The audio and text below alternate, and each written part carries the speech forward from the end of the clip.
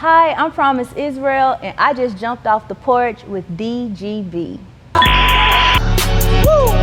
This is a man's world and I'm in it. I don't care how we try to spin it. He first out of way 100. All right, so we got the one and only Promise Israel jumping off the porch with us today. Welcome. Thanks for having me. I'm so happy to be here. Nah, no problem. I appreciate you pulling up on us too while you're here in Atlanta. I love the vibes already. Yeah, for sure. So what brings you to Atlanta besides jumping off the porch, or did you just come out here just to see us and you going right back home? Break this down. Well, I am going right back home, but what brings me out is being the winner of the 60 mic drop competition that was hosted in Birmingham, Alabama by the Family's Workshop. And so that's why I'm here. Okay, yeah. And what was your reaction when you learned that you won the competition too? Because there was a lot of entries in this too. You know, I'm glad you asked that question because no one has taken a moment to really ask me that.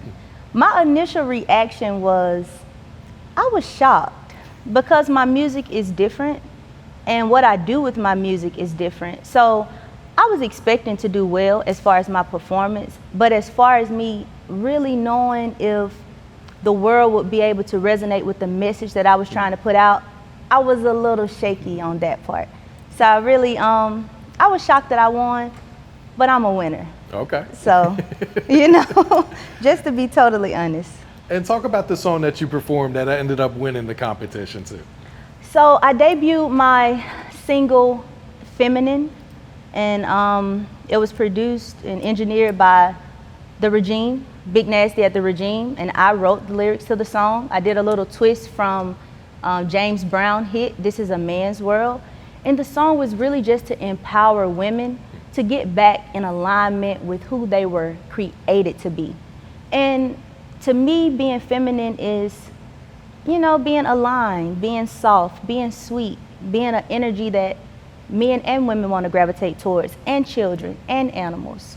So, you know, I just wanted to debut something that'll make women get back centered and something that'll make men have hope that, you know, finding a submissive feminine woman is possible in this day and age. And how long have you been sitting on this song? Is this a brand new song that you just recently wrote? Have you recorded this for a while and sat on it or what?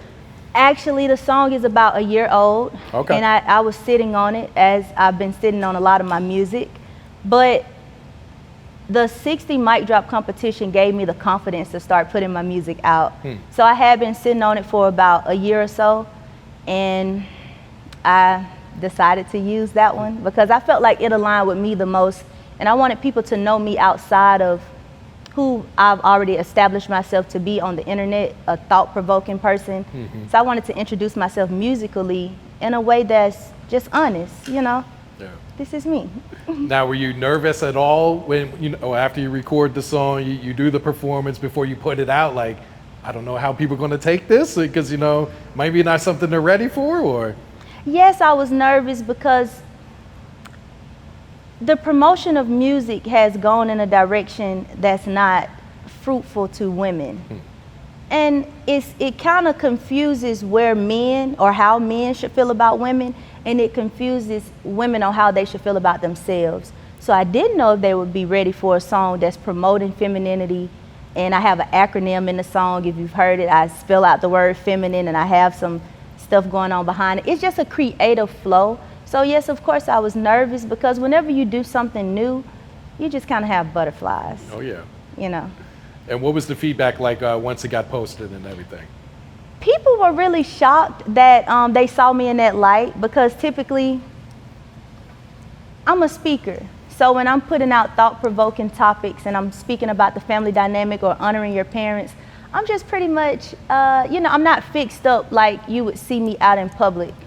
So when I put that song out and I showed myself in a creative way, people were shocked. You know, oh, I didn't know Promise did music and, you know, stuff like that. Yeah. So seeing that positive reaction, how motivating is that to you going forward with your music?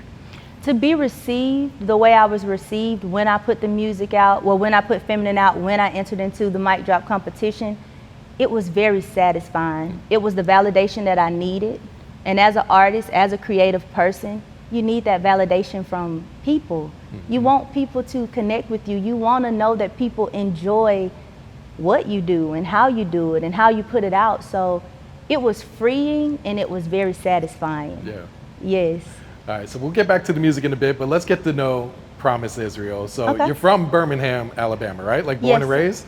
Born and raised Birmingham, Alabama. Okay. In the Woodlawn area, if you're familiar with Birmingham, Alabama. Okay. Now, for folks that never been to Birmingham, how would you describe the culture out there? I think the culture in Birmingham is creative.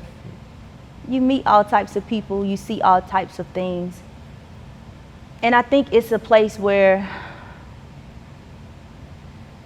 you know, I'm from Birmingham, I'm from that area. So I honor that place just because it has been a stepping stone for me. I see it as a fruitful place. I see it as a place where if you want opportunities, you can create them. You know, for example, the 60 mic drop was an opportunity that was hosted in Birmingham, Alabama. I don't think many people took advantage of that. So I think it's just as fruitful as any other place, you know? No, understood, yeah. Yes. How would you describe your upbringing coming up in Birmingham? So my upbringing, I try to downplay my upbringing a lot. I try to find good moments to talk about, but I was stressed out as a child. Just growing up in the environment I grew up in, a lot of people are at a disadvantage in certain communities. And I just happen to come from one of those communities, being raised by a single mother and being in a community of single women. It was tough because I saw women just always in constant survival mode, which kind of confused me in a way as I was becoming a woman, because for a long time I was operating out of like a masculine energy just because that was the normalcy around. And growing up in communities where you don't have just that healthy male figure, or just you have a lot of broken families, it's stressful for the children. So I really did not like my childhood, but I try my best to honor my parents and where I come from, just because I could have had it worse off. And I think a lot of people should think about that when they think about where they come from. Yeah. And your father, he was deported when you were a young age, right? Like how old were you at the time? I was a fresh baby, a brand new baby, yes. My dad was here from Kingston, Jamaica, and he was here on a track scholarship, and at the time he was going to Wallace. And things were just tough for him, you know. I don't know how one would totally get deported. Sometimes your card runs out if you're not, I guess, still in school and everything like that. But he was deported before I was born, which was unfortunate. But fortunately, I had a man to step into my life, a godfather, who did the best he could with what he knew. So I honor that. Were you and your biological father able to keep in contact, or? That's an interesting question, because around the age 10 or 11, I really wanted to get to know my father. I knew that I was different from, you know, my family, because a lot of times we see family as one way. When you're growing up with your mom, you only see that side of your family. So it was a lot about me that I couldn't necessarily understand just because I did not have my dad. So around 10, 11, I started asking my mom questions, and she figured out how to connect me to him, and we started talking. I remember I heard my dad's voice for the first time when I was about 14 years old. I was headed to a basketball game. I played high school basketball, and he called me, and I heard his Jamaican accent for the first time, and I was so overwhelmed, because when you meet your seed, whether that's a physical meeting, because it wasn't physical for me, it was just over the phone, it completes you in a way. So we do keep in contact. We've grown a relationship just through the phone. I've never met my dad. I've never embraced him or you know, felt his presence near me.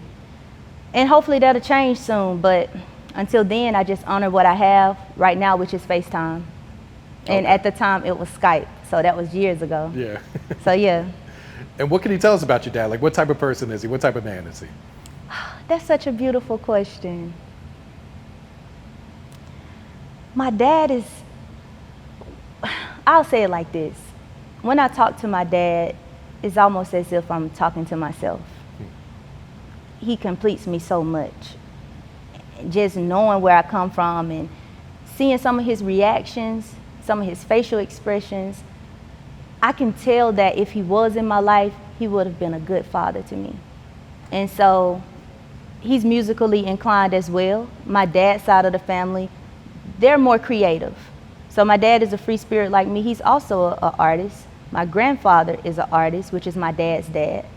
And I have a brother on my dad's side that's an artist. Not to get into the family dynamic, but my creativity comes from my father. So when I started to develop a relationship with him, it was so gratifying just because my mother's side of the family didn't understand my creativity.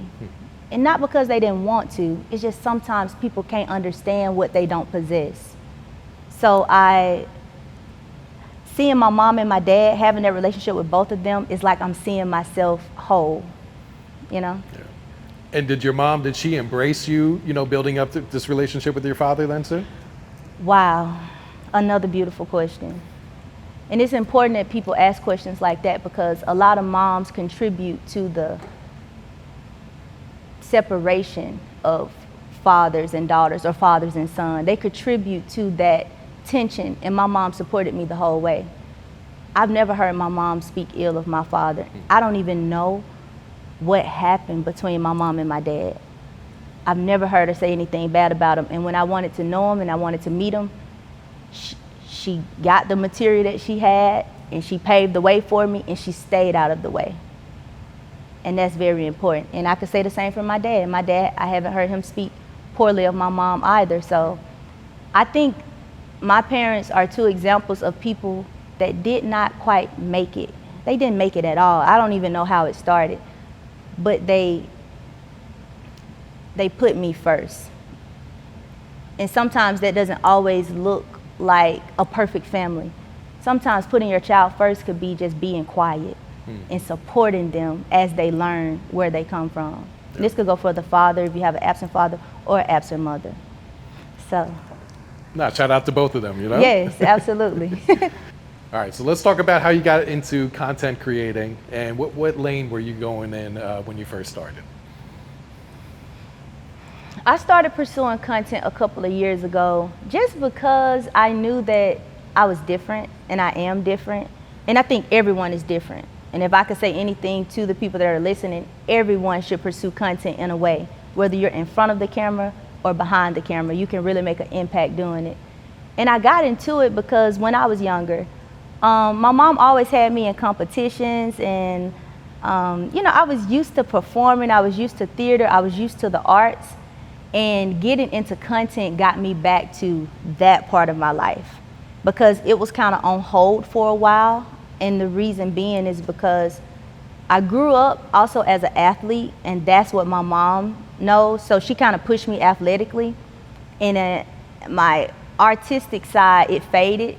And when content started happening, I'm like, oh, I can do this again. I can be whoever I want to be. I could do whatever I want to do. I just wanted to make sure I was sowing good fruit when I started content. So I just did it like every other person, not knowing what could happen, but knowing if something happened for me with content, I wanted it to be the salt in the earth. Yeah. So. And talk about some of the topics that you speak on in your videos, because it's grown a huge following for you at this point too. I initially started talking about parenting, and I think my posture was like rebellious to start with. I was coming from a rebellious place, being angry at my parents, and we live in this victim world where people decide to blame someone outside of themselves for where they are in life. And I had fell into that just partially. Thank God I was transformed and my mind was renewed. I talk about parenting now in a way where you should honor your parents because I'm seeing the fruit from honoring your parents. I talk about relationships. I talk about dating. I talk about overcoming certain things that have brought me great shame, indulgences that have brought me great shame. And those things are called testimonies. So I just kind of talk about everything in a way where I'm showing people that not only am I relatable, you have this gift of life that can afford you anything. And if you take control of it in whatever way, you could be happy. You could be at peace and you're owed that, you deserve that. So Yeah. When you're giving these testimonies, how therapeutic is it for yourself to do these type of videos then? Oh my God. I'll tell you, when I did my first testimony online, it went viral. And pretty much every testimony I give, when I'm being totally honest about who I am, where I've come from, and not trying to enable bad behavior, but talk about it in a way where people feel, where people know that, you know, God is not judging you for a lot of the things that you're judging yourself for.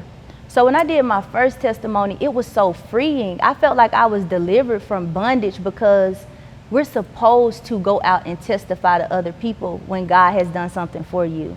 And so at the state I was in a couple of years ago, in my early 20s, I would like to consider myself as a person who was in a little bit of a reprobated state, because I saw the world in a negative way.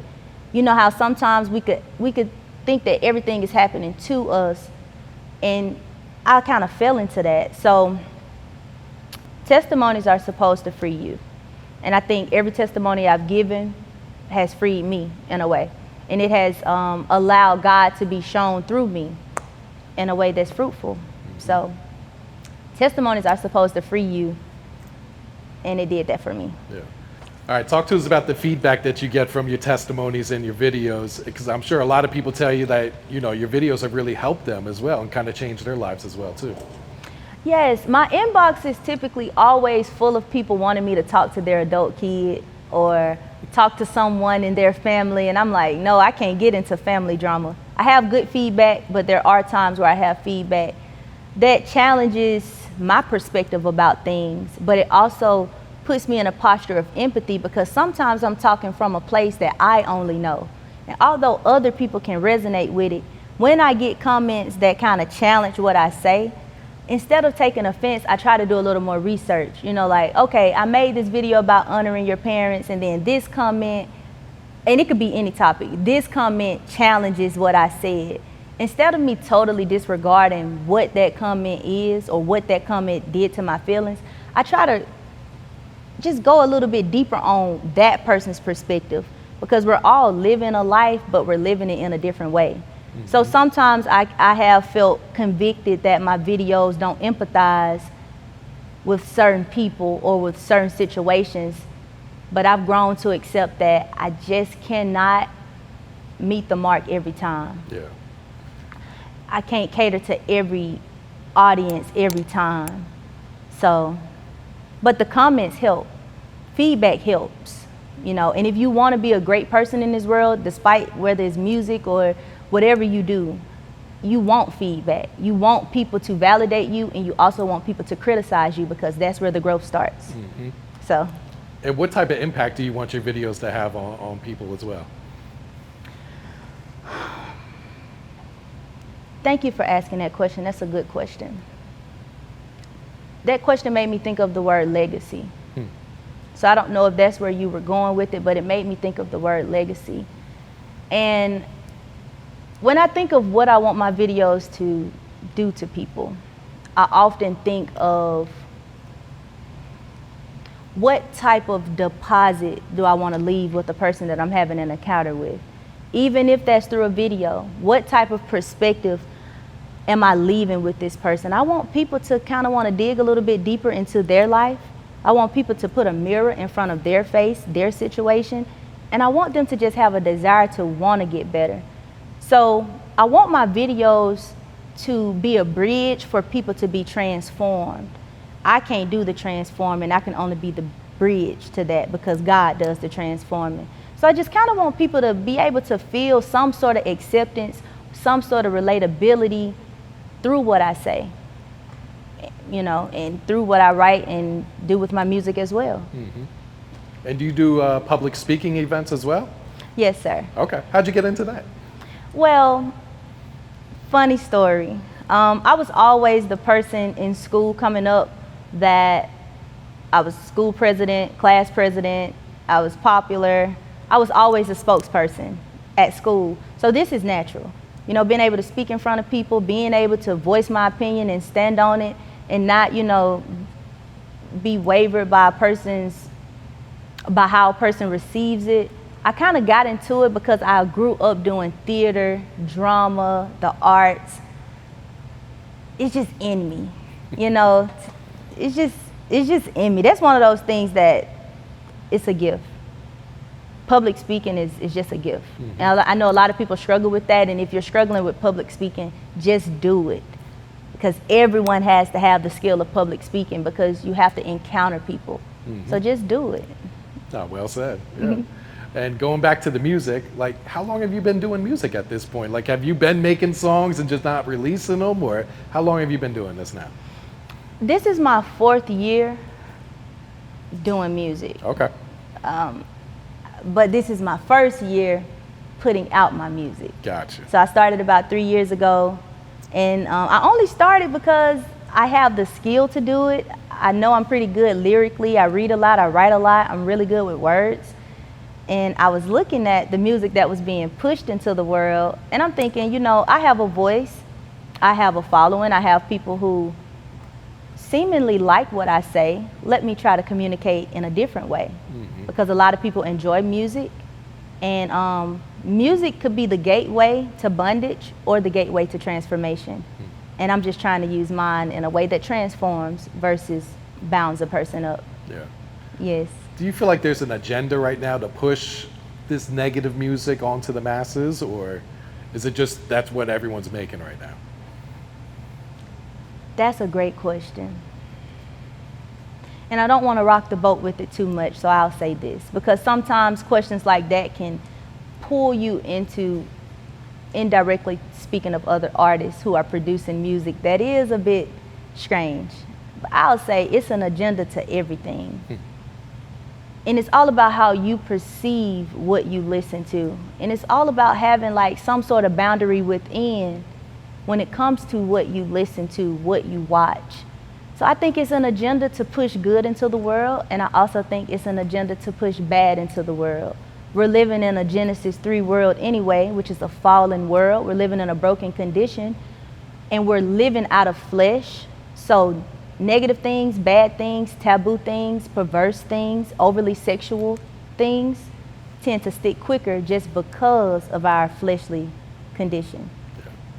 But yeah, it's an agenda, but it's also a way to beat the odds of that. And that just comes with boundaries. Okay, good. All right, do you have your next single planned out that you plan to release? Yes, so recently I went into the studio and I recorded a song titled Better. And the song is just basically me depicting having a relationship with a male companion that I'm kind of talking to him, you know, in a way that makes him feel good, in a way that builds him up. And I'm excited about this project because it's very new. Like, it's a different sound for me. If you don't listen to the words, you could kind of get caught up in the beat. And, you know, sometimes the rhythm of the music can make you think in a way. Everything is making you think in a way. So if you don't listen to the words, you'll kind of get caught up in the sound, and the sound kind of sounds a little secular. Which is not a bad thing. You know, people have to perceive what they perceive. But yeah, I'm coming out with a song. It's called Better, and it's kind of similar to Feminine. It's just basically a conversation and an exchange with a man in a way that I would feel confident with my child hearing the song, if I could describe it in any other way. You know, it's kind of like you got to read between the lines. How the old school music, they really didn't say everything they wanted to say out front. They kind of put some metaphors here and there and talked around some stuff. So I was able to really show my lyrical talents in this particular song. Yeah. And do you write all of your music as well? Yes, sir. Okay. Yeah. Do you do any other type of music, like poems or poetry or spoken word or anything as well? Oh yes, I'm versed in spoken word, poetry.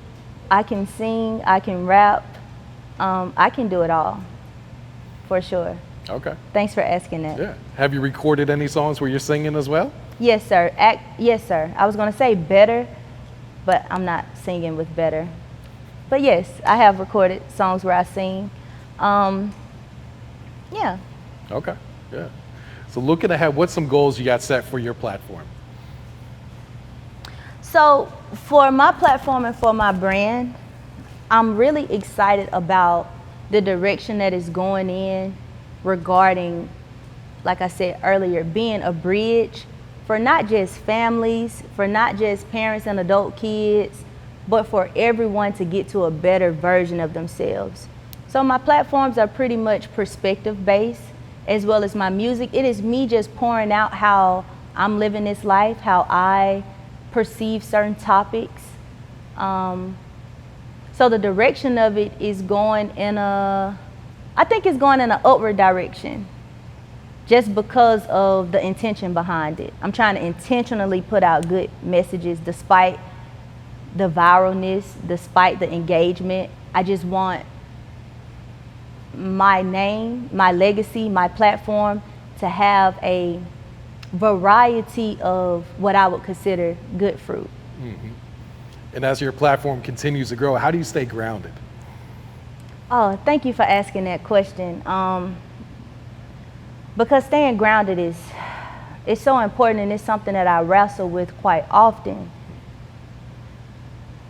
I stay grounded through honoring repentance. I don't know if a lot of people understand the concept about repentance, but when you get on social media, when you gain popularity, or when you start going viral, it does something to you if you're not ready for it. Some people can fall into a deep state of pride, self-preservation.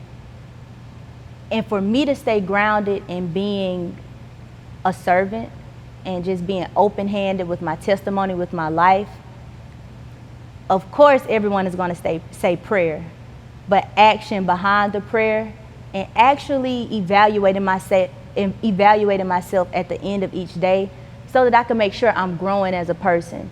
So when I'm putting out messages, I have this checklist.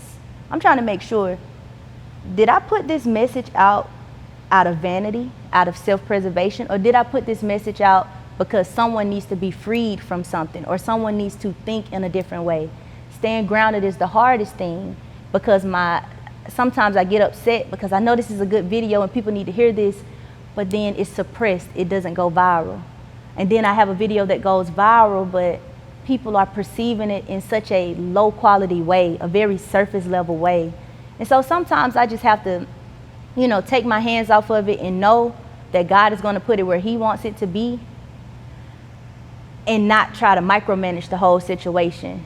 So being grounded is a daily wrestle. And I'm sure people who create content and people who don't create content, just being grounded in general, it's so easy to drift away from where you're supposed to be. So. No, well said. Did you grow up going to church? Thank you for asking. I've been in church my whole life. My mom is a church-going woman. Church is a big part of my life. But I also have a different idea surrounding the church that might go against what most Christians, believe. Like, the church is a physical place, but the church is you. So one of the things my mom taught me when I was younger is that, yeah, we go to church, but when you go out and you meet people and you represent Christ, that's church. How you encounter a person is church. So sometimes people look at church in a different way. They think that just because they go to the physical building a couple of, days out of the week, that they're close with God. But no, you're just going to a building. Being close with God is when you're honest with God, which means you have to be honest with people. So yes, sir, I've grown up in the church, and I love church. Has it been easy for you to be honest with people and for yourself as well? Not in the beginning.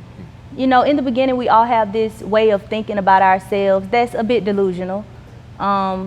It wasn't until a couple of years ago where I truly had to get real with Christ, because a lot of stuff was going good for me. I had a good job, my money was good relationship, but I was so broken on the inside. And it wasn't until I was honest with God about what I was dealing with that I guess freed me from the sadness, the depression. I was going through a lot of stuff. I was just a very sad person. So that honesty, it's like it tore off the mask. But it was hard. You don't want to be honest about if you messed up, you know, if you not feeling good about yourself, not living right, not honoring yourself, not honoring people that you should honor. That's not a good feeling.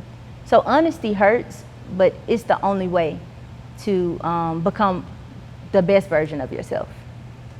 Not well said. Yeah. What advice would you share to your fans, to your followers right now?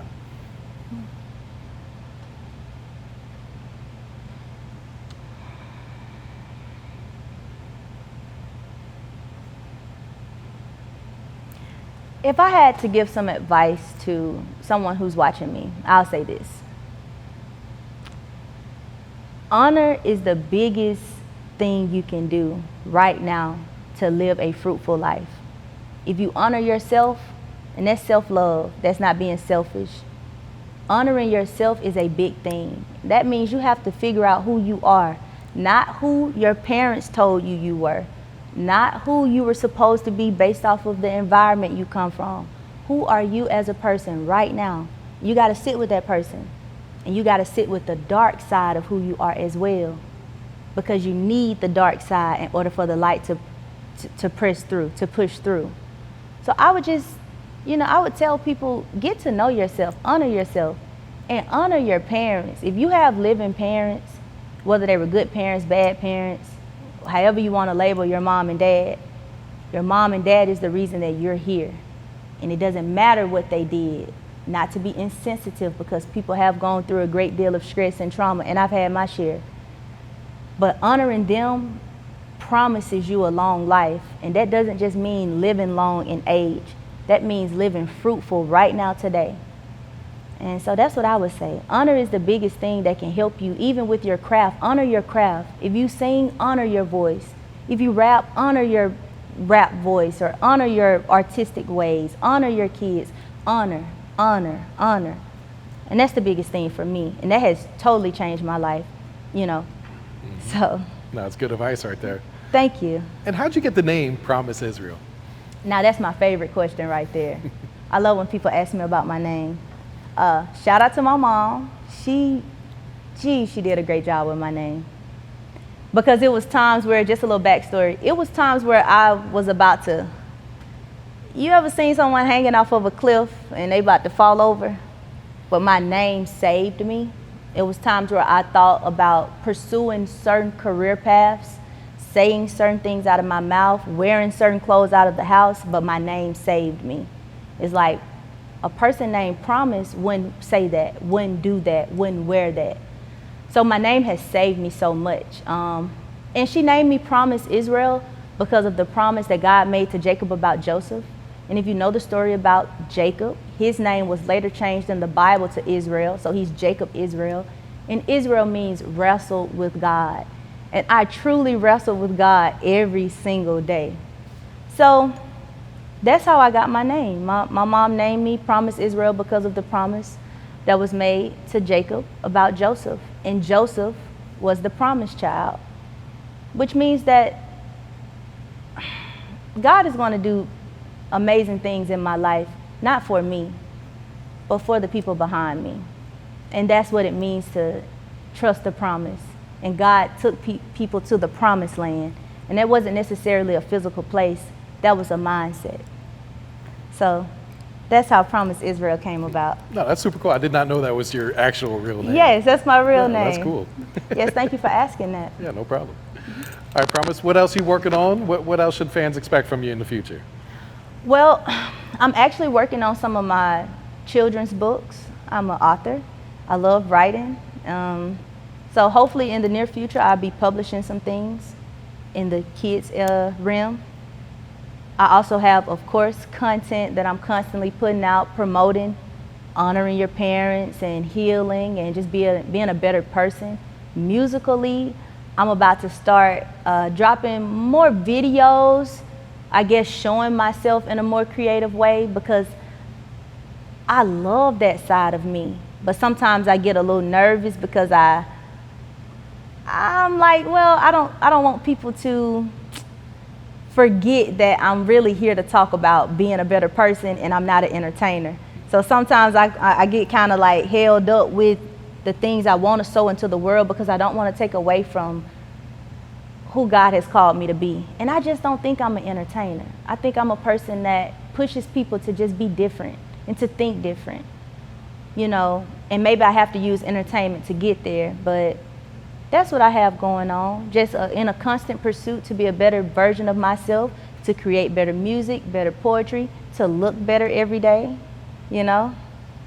So yeah. Okay. And where can people find you on social media? You can find me, Promise Israel, on all social media platforms, or The Millennial Influencer on all social media platforms. Yeah. All right. Do you have any shout outs you want to give before we wrap it up? You know, this has been an amazing interview, first of all. And I cannot leave this stage, leave this porch without saying thank you to my mom and my dad. Because without your parents, you just wouldn't be able to do certain stuff in the world. And so I want to shout out my mom and my dad. And then I also want to shout out Lou and the Family Workshop for hosting the 60 mic drop competition for a person like me who, I have music, but I didn't know what to do with it. And then I have an amazing engineer, producer, Big Nasty at the Regime Recording Studios, who pushed me to do this. And then an amazing videographer, Ken XL. It's always good to have people around you that think like you. Whether they support your vision or not, they think like you. And so I just want to honor the people who have helped me get to this place. I have an amazing support system, great friends of mine who are always encouraging me. And I don't really like to do all the name dropping and stuff because sometimes that stuff could get a little messy. And I don't want people being in the spotlight that don't want to be in the spotlight. But everyone who's contributed to me sitting on this stage, I see the porch, but it's like spiritually, I see myself sitting in a different place because I'm doing God's work. So, and I also want to, you know, shout out your platform, because if it wasn't for platforms like this and an establishment and a porch, this is so unique. I love this. If it wasn't for situations like this, certain artists would never be seen. And whether you're sitting on the porch, whatever type of music you make or whatever you do in the world, honor the platform, honor the bridge, honor the people that help you get to those places. And when you get there, you don't forget to reach back and bring somebody with you. So, and shout out to me. I love myself. I honor myself. I respect myself. And I trust in God. So, Amen. praise God. This is a man's world and I'm in it. I don't care how we try to spin it. He first out of way 100, no 50.